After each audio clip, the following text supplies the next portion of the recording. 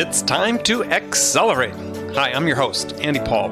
Join me as I host conversations with the leading experts in sales, marketing, sales automation, sales process, leadership, management, training, coaching, any resource that I believe to help you accelerate the growth of your sales, your business, and most importantly, you. Hello, and welcome to Accelerate. I'm very excited to talk with my guest today. Joining me is John Murphy. John's a European-based executive coach and actually one of the top 10 executive coaches on LinkedIn. John, welcome to the show. Thank you very much indeed, Andy. It's a great pleasure to be here. So John is joining us today from the south of France. I'm very envious of that. And hopefully it's nice there today.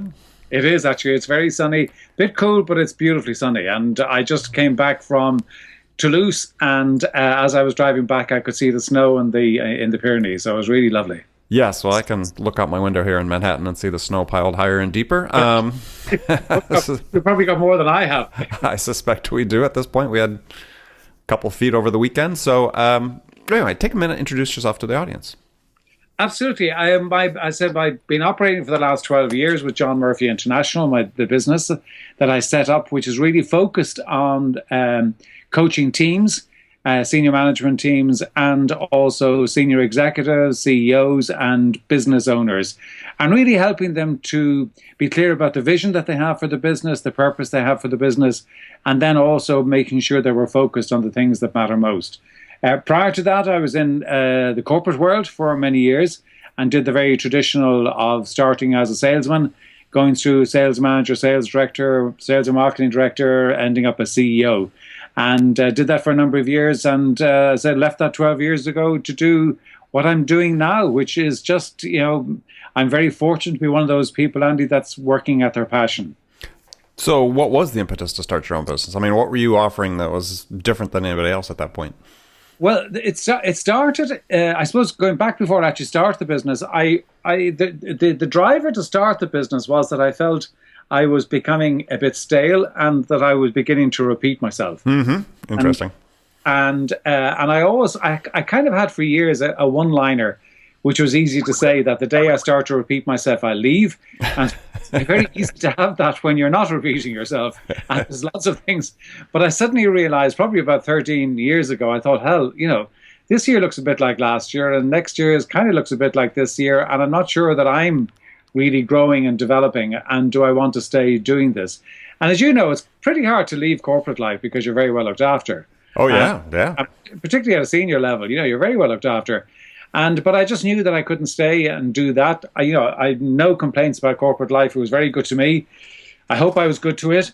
And I really decided then, I made the decision to leave before I made the decision about what I was going to do next. Yeah, no, I did the exact same thing. In fact, my story sounds very similar to yours. As I was sitting in my office, and I remember the day, and I got one of my directors of sales or somebody comes in and asks me a question about a customer had a specific issue they were dealing with, and it dawned on me at that moment. I said, I had answered this exact same question 15 years before that for someone else, and I was like, all right, it's time to do something different.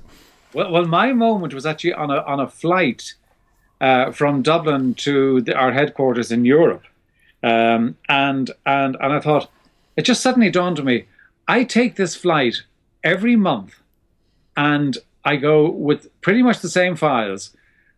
I say pretty much the same thing, and they ask me pretty much the same questions. I thought, this is getting it to be a little bit predictable. So it was then I said, okay, that's it. And of course, then the whole question is, what do you do next? And so I really looked at the part of corporate life that I enjoyed doing, and the bit that I loved doing was putting teams together, getting a team to work really effectively, going through the whole selection, deciding the sort of people, not just in terms of the skills, but also the makeup of the people, how you got them to work together as a unit so that, it was just a really high-performing team. And then I loved coaching the individuals within that. So I decided just to take that and said, okay, let's just wrap a business around that. And that was very much the kind of starting point. And, that's going on for 12 years ago now. And it's just been fantastic. And I mean, I was just saying to somebody this morning, in fact, in Toulouse, that one of the joys with doing what I do, because you're doing what you love, but also, different situations, different organizations, different size organizations. To give you an example, this morning, the company that I was having a conversation with, they have 140,000 employees, right? An enormous organization. It's Airbus, the airplanes. But later on today, I'm having a conversation with somebody who started their own business, and there are 5 people in the company right now because it's a startup.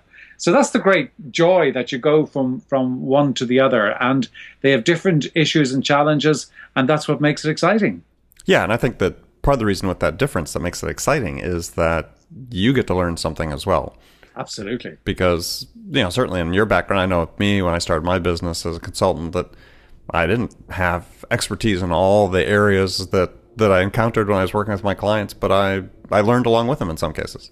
Yeah, and I still am, and that never finishes, thankfully. And it's great to get in, because if it's something that you love, you get passionate about doing it, you get passionate about getting a result, and you're passionate about ensuring that the people that you're working with are getting the results. And so it's not just a contract, it's much more of a kind of a personal engagement. Exactly. Well, good. Well, I want to talk about one specific area, performance improvement, that I know that you talk about and you work with your clients on. It's this area of emotional intelligence. You say that this is a key component of success, but I'm sure that many, if not most listeners have heard the term emotional intelligence, certainly in the last 20 years since Daniel Goleman published his book of the same title, but I suspect most don't know precisely what it is. So can you define emotional intelligence? Yeah, the way I kind of define emotional intelligence, which would not be your kind of classic academic description of it, but I really kind of say what it is really having a very good look at how you're likely to behave in different situations. Because we all have a certain kind of map, if you like, our own emotional DNA, which means that we are created in a certain way, and we are likely to behave in different circumstances with a particular pattern. And it's actually understanding how we're likely to behave in different situations, because not that, if you take, for example, one of the facets of emotional intelligence that you measure is optimism.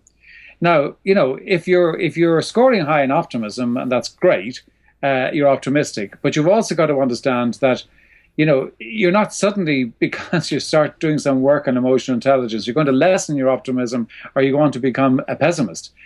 And you are what you are, so it's not going to change. But understanding the fact that you're an optimist also educates you to the fact that, in certain circumstances, you are likely not to actually take full recognition of some potential dangers that are coming down the track at you.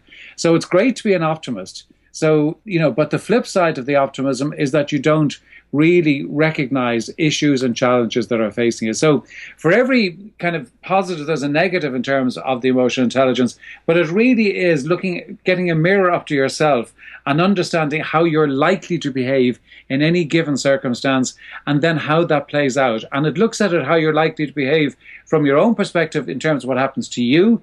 It looks at how you're going to behave with people on a one-to-one basis, and it also looks at how you're going to behave with people on a group basis. So it really is looking at you from different facets. And the reason that emotional intelligence is important, and as you rightly referred to, Daniel Goleman was probably the first person who brought it, gave it a high profile. And of course, since then, he's continued writing some wonderful stuff, and there's been some other great stuff written on emotional intelligence.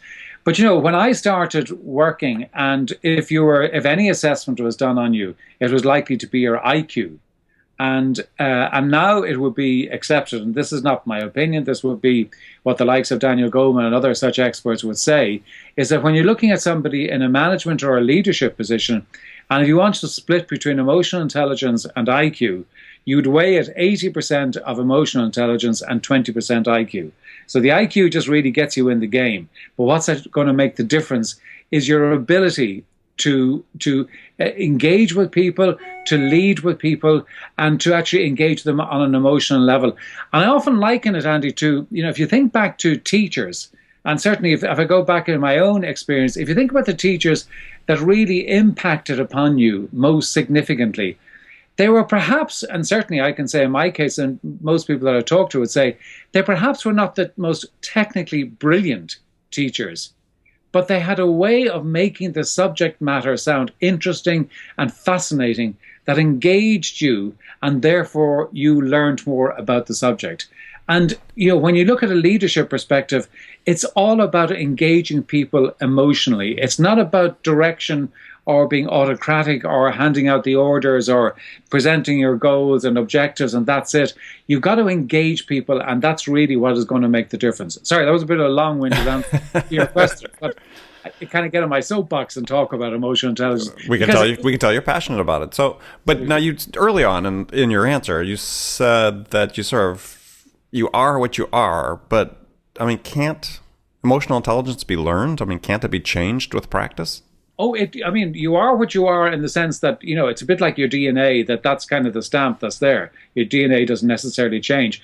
But what you can do around it is that you can, knowing what your profile is like, you can then do things and put strategies in place that are going to help you to kind of store up kind of where the weaknesses might be. And of course, by doing that, like exercising any muscle, you will grow and develop, and it will become part of the way you operate.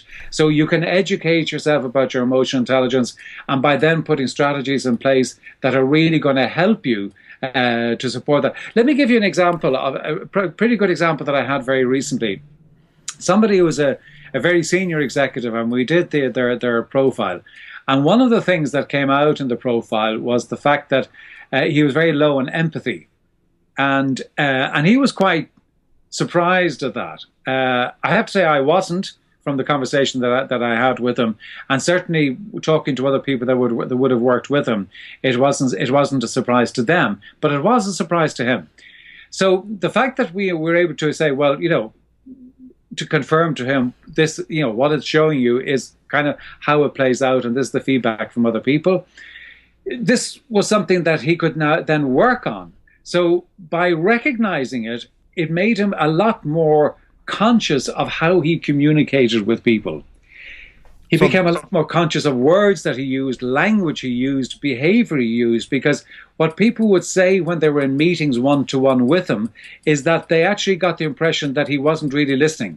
Yeah. So, all right. So to that point, though, is for somebody listening to the show, owner of a small business, or leader in a small mid-sized enterprise, or leader in a startup, they don't have the benefit of a consultant like you to come in and help assess them. How do they self-assess? I mean, how do they self-assess what their EQ is and where their weaknesses may be? What concrete steps can they take in that regard? Yeah, I mean, one of the best ways that you'll get it is actually asking for feedback from other people. I mean, it's if you ask people who are observant, who would know you quite well, and who have worked with you at close quarters, they're actually, if they're honest with you, they're going to give you some really, really honest feedback as to how you interact with people. Because very often people who, when they're interacting, they don't get the impression that they're listening. And that's part of your emotional intelligence. So it really is, if you don't want to do the assessment or you don't want to go and get assessed, just get feedback from people, honest feedback, and really, it's not trying to justify it or answer it, but just really honest feedback, 360 feedback of how you interact with other people, and then do something about those. And if you take the example of somebody who said, well, I'm not a very good listener, one of the things that I got this guy to do, because he was really, he was actually genuinely upset by the fact that he was coming across as lacking empathy, because he thought he was quite the opposite. But he actually put a reminder that only he would have known about in his own folder, that when he was engaging with people, that he made the point of actively listening, so that he wasn't just, when not talking, he wasn't just kind of handing out orders, handing out directives, and when they were talking, really just thinking about what he was going to say next, that he made a point of really actively listening. And when he did that for a period of time, and I said he had to have a kind of a physical reminder. I think he put something like a yellow post-it or something like that in his folder to remind it, so that nobody else would know what it meant. But he said over a period of time, he actually began to get so much more from the meetings that he was having with people. He really, really began to realize, actually, I wasn't paying attention. I thought I was paying attention. I wasn't paying attention. And these meetings now are becoming much more fruitful, much more impactful for both sides in the conversation. So it is about putting very practical kind of strategies around it to understand, how you are likely to behave. Another one can be around, decision making, whether you've got high impulse or low impulse. And then if you've got high impulse, can be that you're overly controlled and maybe you just got to let go a little bit. But if you've got low impulse, can be that you just jump from one thing to another. Right. So, well, I guess the question then is, but are there like third-party tools that are available, that or resource, a website somebody could go to that they could take an assessment that? They can. I mean, if they go and just Google emotional intelligence, and they will get, there's some really good assessments online that people can go and get those. And some of those, I think there'll be quite a number of them will be free. Yeah, because I think one of the things that's really important for people who are listening to the show to understand is that, as you sort of pointed out, with the gentleman that really wasn't aware of the fact that he was perceived as lacking empathy by the people that worked for him and with him, is that you need to have a sort of an independent assessment done. You're sort of operating on autopilot because you assume things are going well, and it's this autopilot that's really destructive for you. And also, if you're a CEO, especially in smaller companies, what I might find is oftentimes they don't really have people in a position that will give them honest feedback. No, and so therefore you very much depend on friends. One of the things that I do, Andy, was just to kind of to build on the point that I'm making about asking people for feedback, is that pretty much every report that when I get back, I sit down with a client and they will say, oh yeah, I agree with kind of 90% of it, but there's one bit now there I don't really think that it's got me right. Okay, and there's nearly always the one bit, and when you look at the profile, which is the one that they're going to pick, right? Right. And I always say, well, fine, okay, we'll go through the report. But, if you have a mind to, and it's entirely up to them, if you have a mind to, show it to your husband or your wife or your partner or whatever it might be, and just ask them what they think, right? And just let them read it. And when they do that, and almost 100% of them do it, but when they do it, absolutely, the universal comment is, I could have told you that. If you'd asked me. Yeah. Which is always the bit that we actually know deep down we're a bit like that, and we know it's not an area where we're brilliant, but we don't really want to admit it. Well, but I also think it's great feedback for people listening to the show that maybe don't have a circle of advisors or other peers within the company, or maybe they're not part of a mastermind group or coaching group that they have peers that'll give them feedback. Is ask the people that know you, because you tend to think that you act differently at work than you do outside of work. And that's really not the case. I mean, the commonalities really transcend from one sphere to the other. So get that good, honest feedback from good friends, spouses, relatives, whatever. Yeah, and I would absolutely agree with you, Andy. How you are outside of work is how you are inside of work. Yeah, as much as you think you put a mask on and you go to work, it's pretty much the same person. So we're going to take a short break. We'll be right back with my guest, John Murphy, as we talk more about emotional intelligence and performance improvement. Hi, this is Andy. Connect and Sell is used by sales reps at nearly 1,000 companies, including hundreds of technology startups and several Fortune 500 companies, to overcome the challenges of getting prospects on the phone. Companies using Connect and Sell grow their revenues faster by enabling their sales reps to have more sales conversations in 90 minutes than they could otherwise achieve in an entire week. Connect and Sell can be deployed directly to your sales reps, or you can take advantage of their outbound on-demand service, which delivers qualified prospect meetings scheduled directly on your sales reps' calendars. Visit connectandsell.com to learn more about how Connect and Sell can start filling your pipeline today. Welcome back with my guest today, John Murphy. So the first part, we were talking about emotional intelligence. Another area that I'm really interested in, because I've had some more guests recently about this that have been on the show and their upcoming episodes, is about having a purpose in your life other than money, right? If you really want to succeed, if you're purely money motivated, that's probably not going to get you where you want to go. There needs to be some other purpose at stake here. So you talk about that. What do you see with the people you coach? Yeah, I think it's a really interesting area, and I absolutely agree. I mean, if we end up that the conversation is all about money, somehow we've lost the discussion along the way, because the truth is that for all of us, it is much more about meaningful engagement in whatever we're doing, and I think that when I look at businesses and organizations, and something that I've worked in. One of the things that is not enough attention is paid to is really, really making the vision of that business come alive. Now, I'm not talking about kind of the carefully worded, statement that's in the annual report or anything like that, which it might well be the one and the same, but that people really have kind of great clarity about what it is they're buying into and what the purpose of the business is, rather than, okay, what you want to do is you want to build a profitable business because it's got to be profitable, because if it isn't profitable, it won't exist. So there's nothing wrong with profit.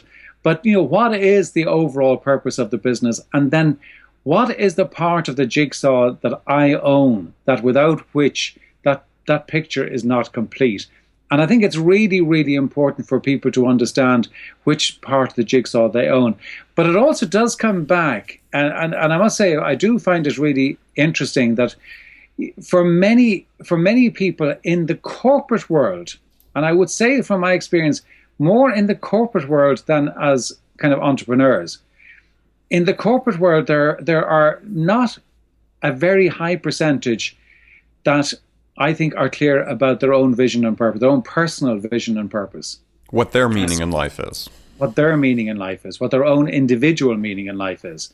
And I think that what happens there is that if you don't have great clarity about what your own purpose and meaning in life is, that your whole identity becomes wrapped up in your title and your role. And that title and your role in the corporate life, as you and I both know, Andy, can be taken away from you at any moment in time for a variety of reasons, many of which can be completely nothing to do with you. But it can be taken away. And if that's taken away, then what's left? And I really do encourage people to really, really work hard in identifying what their purpose is, what it is they're striving to achieve. And then if they're clear about that, then making sure that the organization that they're working for, that their personal vision can actually fit in with what the organizational vision is. Because if not, you will have a disconnect. I'm a great lover of the book that Simon Sinek wrote called Start With Why. And, where he says it very, very eloquently in the sense that he says that we can all be pretty clear about what we're doing and how we're doing it, but we're not always terribly clear about why we're doing it. And I think that that's a really important question to answer. Life goes by very, very fast, and if we are not clear about what our purpose is, we're going to end up quite disenchanted in a number of years' time, irrespective of the outcome of the individual careers. We're going to feel that it's kind of a bit of an underutilized life. And for me, when I'm coaching people, Andy, and I'm sure you're the same, it's not just about their work and their business, but it's also about them, because you've got to make sure that the two are aligned. So what are some, other than reading Simon Sinek's book, Start With Why, what are some concrete steps somebody can take to sort of start thinking about this idea of purpose, right? Is start identifying that in a way that I know, we use the term self-actualization, and I know that has sort of a airy feel to, ephemeral feel to it, but it is something very concrete. It is something that's really important to understand. So what are the steps somebody can take to start really identifying that? Well, I mean, there's no getting away from it, that you just simply have to, spend a bit of time in reflection on it. I mean, it's not going to suddenly, by not giving it any thought or any time, it's not going to suddenly hit you like a bolt out of the blue just because you wanted to. So you do need to sit down. But if when you think about it, it's kind of really say, well, what contribution do I want to make in my world? There are kind of a series of questions you can ask yourself.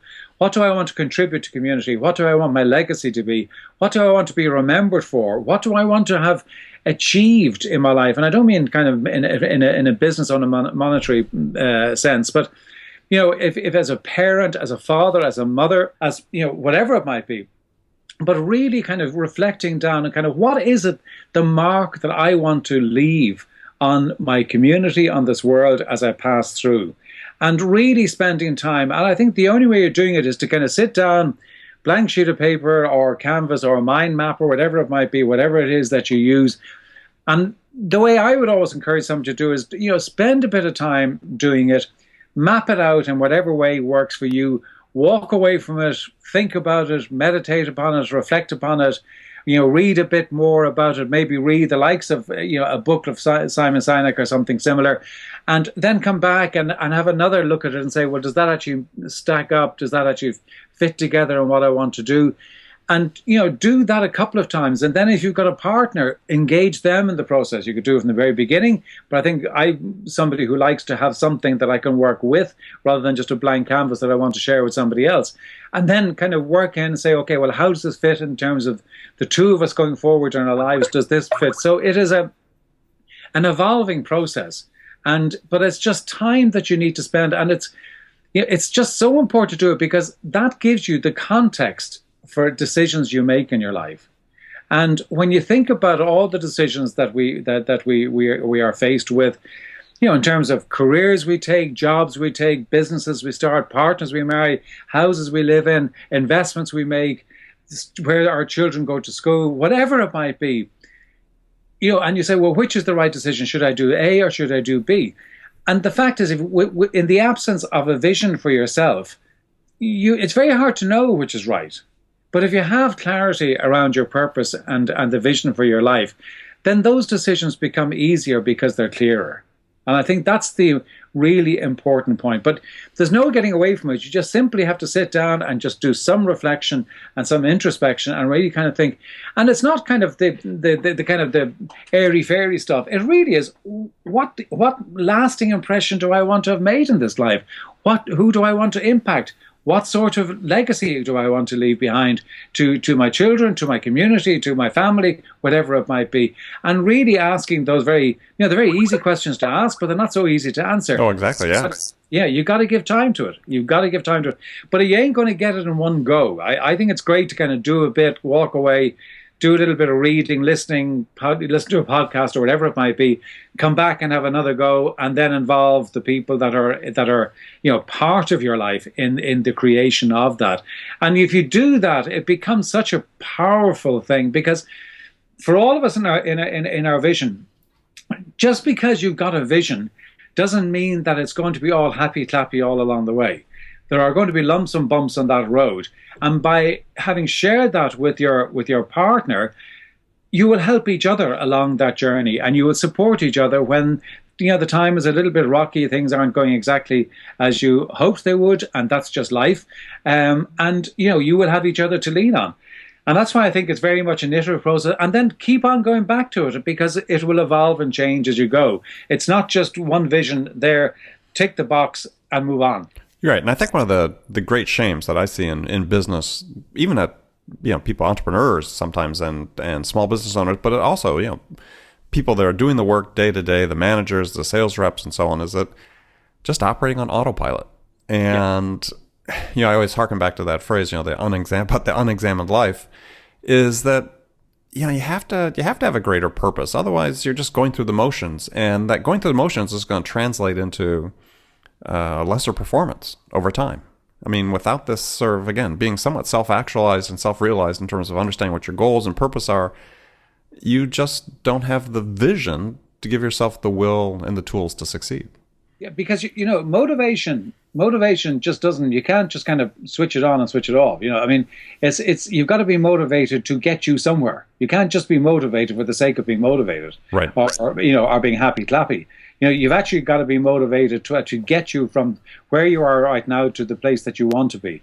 And that's part of your vision. And that's what keeps you going. That's what keeps you fueled.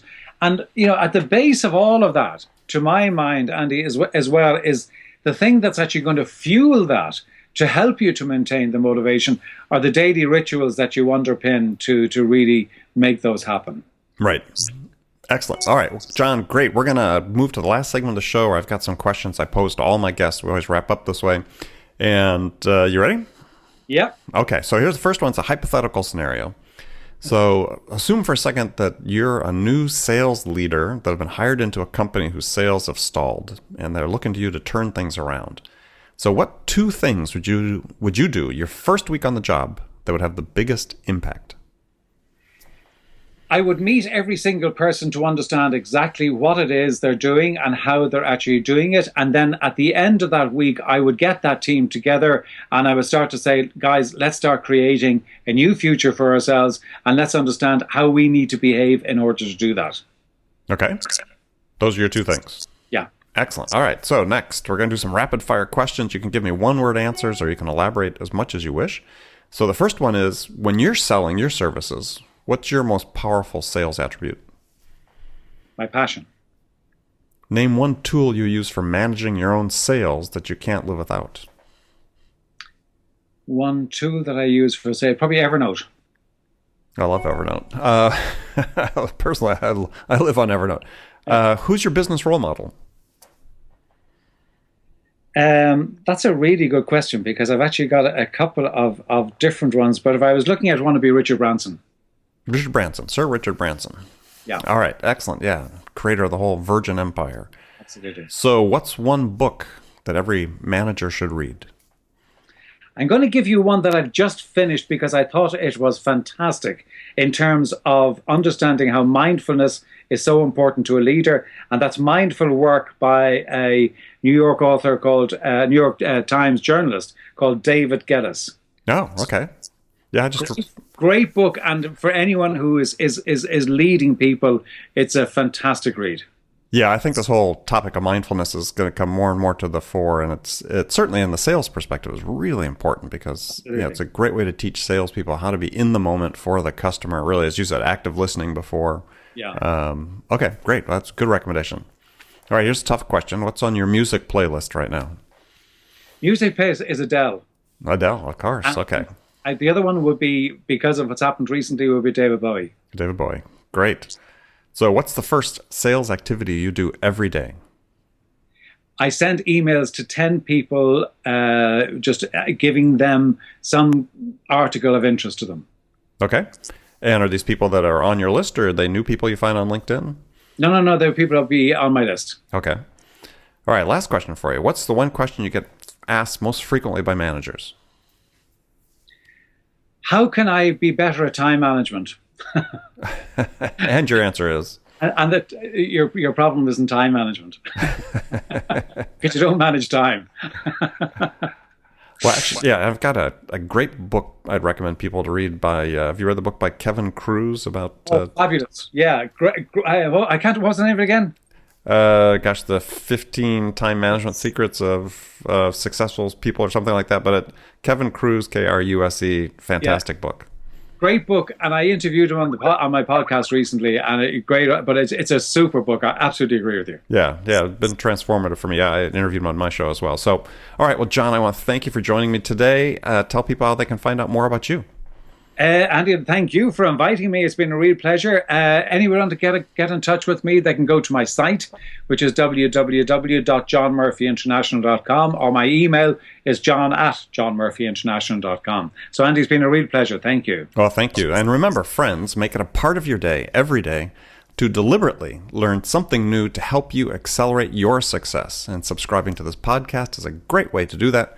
Then you'll make sure you don't miss any of my conversations with top business experts like our guest today, John Murphy, who shared his experience and expertise about how to accelerate the growth of your business. So thanks for joining us. And until next time, this is Andy Paul. Good selling, everyone. Thanks for listening to the show. If you like what you heard and want to make sure you don't miss any upcoming episodes, please subscribe to this podcast on iTunes or Stitcher.com. For more information about today's guest, visit my website at andypaul.com.